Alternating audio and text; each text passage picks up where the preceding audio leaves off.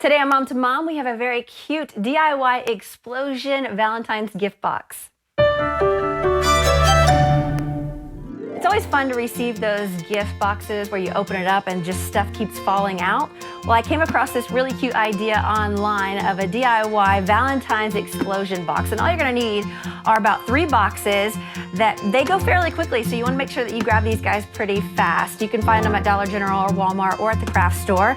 Some candy to go inside these guys, an X-Acto knife, some double-sided tape, and whatever else you wanna put in it. So if you're ready, let's put these boxes together. So what you're gonna wanna do is kind of take the lids off the boxes and take your X-Acto knife, and you're gonna wanna cut along the inside of the box, just where you can kind of break it apart. Once you cut it, you just break it apart, and you keep doing that to all the corners on the boxes, all 3 of them, until they are completely flat.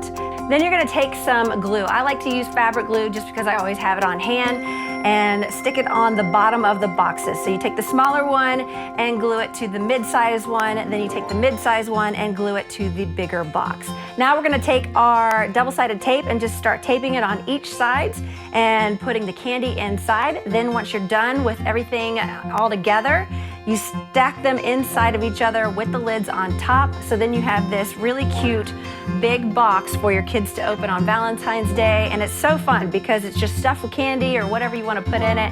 And each box has something different. If you have any wonderful ideas, we'd love to hear it. And you might see that on the next Mom to Mom.